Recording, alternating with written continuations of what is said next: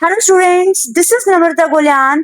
आज की क्लास में स्टूडेंट्स अपनी थ्योरी ऑफ प्रोडक्शन का another important concept returns to scale करने जा रहे हैं।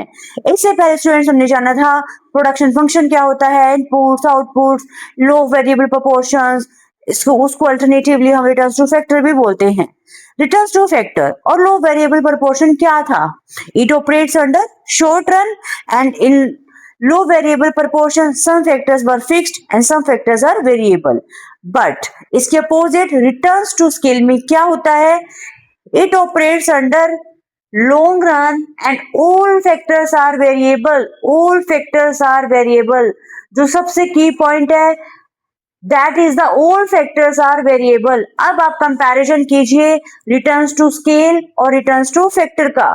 Returns to scale operates in long run and returns to factor operates in short run.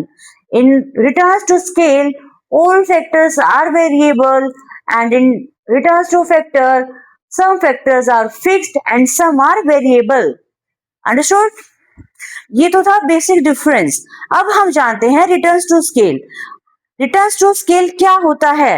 Returns to scale refers to change in output resulting from proportionate change in all factors of production in the long run. आपकी output में क्या change आ रहा है? Due to change in all factors of production in long time period, that defines the returns to scale. क्योंकि इन returns to scale आपका जो स्केल ऑफ ऑपरेशन है, आपका जो बिजनेस का साइज है, वो चेंज हो सकता है due to change in factors of production. Suppose पहले आप वन फैक्ट्री पे ऑपरेट कर रहे थे, now you can operate two factories. पहले आपका किसी फैक्ट्री में वन ड्रम में ऑपरेट कर रहे थे, now you have a sufficient time, आप 2-3 अपने मार्केट प्रोडक्ट के डिमांड के अकॉर्डिंग आप उसको अपने बिजनेस को एक्सपेंड कर सकते हो। You have a sufficient time. और इन शॉर्ट रन आपके पास लिमिटेशन है, आप अपने फिक्स थिंग्स को एक्सपेंड नहीं कर सकते हो। अंडरस्टूड? अब हम बात करते हैं types of returns to scale. Generally there are 3 types: increasing returns to scale, constant returns to scale and decreasing returns to scale. किस सिचुएशन में आप कहोगे it is increasing, it is constant, whether it is decreasing? Suppose students, very simple, आपने inputs तो increase की है bye 50% और आपका आउटपुट इंक्रीज हो गया bye 80%. It is increasing returns to scale situation. What are the reason behind? इसके behind reason क्या क्या हो सकते हैं? एक तो ये होगा मैनेजरियल एफिशिएंसी, डिपार्टमेंट्स के अंदर कोऑर्डिनेशन अच्छा है। अंडरस्टूड? जो आपकी लेबर है, जो आपके फैक्टर्स ऑफ प्रोडक्शन है, दे आर मोर एफिशिएंट और उनका एफिशिएंट यूटिलाइज भी किया गया है।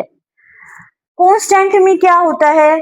आपकी जो एफिशिएंसी में है कोई चेंज नहीं आता है, 50% इनपुट में चेंज आया और एज अ रिजल्ट आउटपुट में भी 50% ही चेंज हुआ है। This situation is a constant returns to scale. It means जो आपका बिजनेस जैसा पहले चल रहा था वैसे अब चल रहा है। डिक्रीजिंग रिटर्न्स टू स्केल का मीनिंग क्या होता है? इनपुट्स में तो आपने 50% चेंज कर दिया, बट जो आउटपुट में ओनली 20% चेंज हुआ है। What it shows? It shows managerial inefficiency, आपका जो रिसोर्सेज का यूज है वो अच्छा नहीं हुआ। ये भी कह सकते हैं जो डिपार्टमेंट्स है उनमें कोऑर्डिनेशन भी अच्छा नहीं है। देखिए एक बार दोबारा देखिए, इंक्रीजिंग रिटर्न्स टू स्केल में output is greater than input.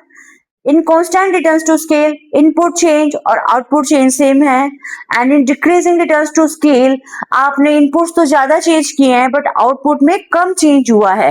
It shows the condition of decreasing returns to scale.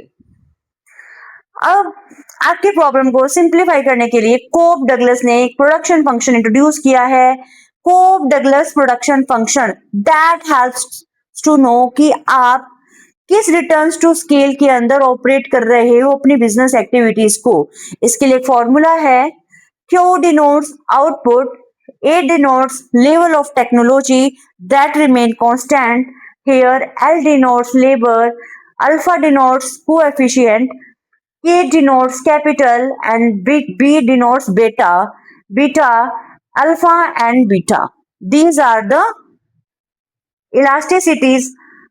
अब अपने एक बार दोबारा देखिए, A denotes level of technology that remain constant, L denotes labour, K denotes capital. अब आती है बात अल्फा और बीटा, ये टू पैरामीटर्स बहुत इंपॉर्टेंट है। Alpha and beta represents responsiveness of output to change in L and K respectively. L में change आने से जो अल्फा कोएफिशिएंट है वो कितना रिस्पॉन्स कर रहा है इन योर आउटपुट। के as I said it shows capital, B मतलब बीटा। बीटा क्या शो कर रहा है, इलास्टिसिटी। कैपिटल में चेंज लाने से आपके जो बीटा कोएफिशिएंट है जो आउटपुट को रिप्रेजेंट कर रहा है, how much it shows elasticity. Alpha plus beta greater than 1, it shows the situation of IRS. Alpha plus beta is equal to 1, it shows the situation of constant returns to scale. Alpha plus beta less than 1, it shows the situation of diminishing returns to scale या decreasing returns to scale. Alpha plus beta greater than 1 is equal to IRS. Alpha plus beta is equal to 1, it is the CRS. Alpha plus beta less than 1 is equals to DRS, decreasing returns to scale. A shows the level of technology that is constant, L represents labor, K represents capital, and alpha and beta represents responsiveness of output to change in L and K respectively. Understood? L alpha, alpha L के power में लिखा जाता है and beta के power में लिखा जाता है। ये इनके रिस्पॉन्स को रिस्पेक्टिवली शो करते हैं। Understood students?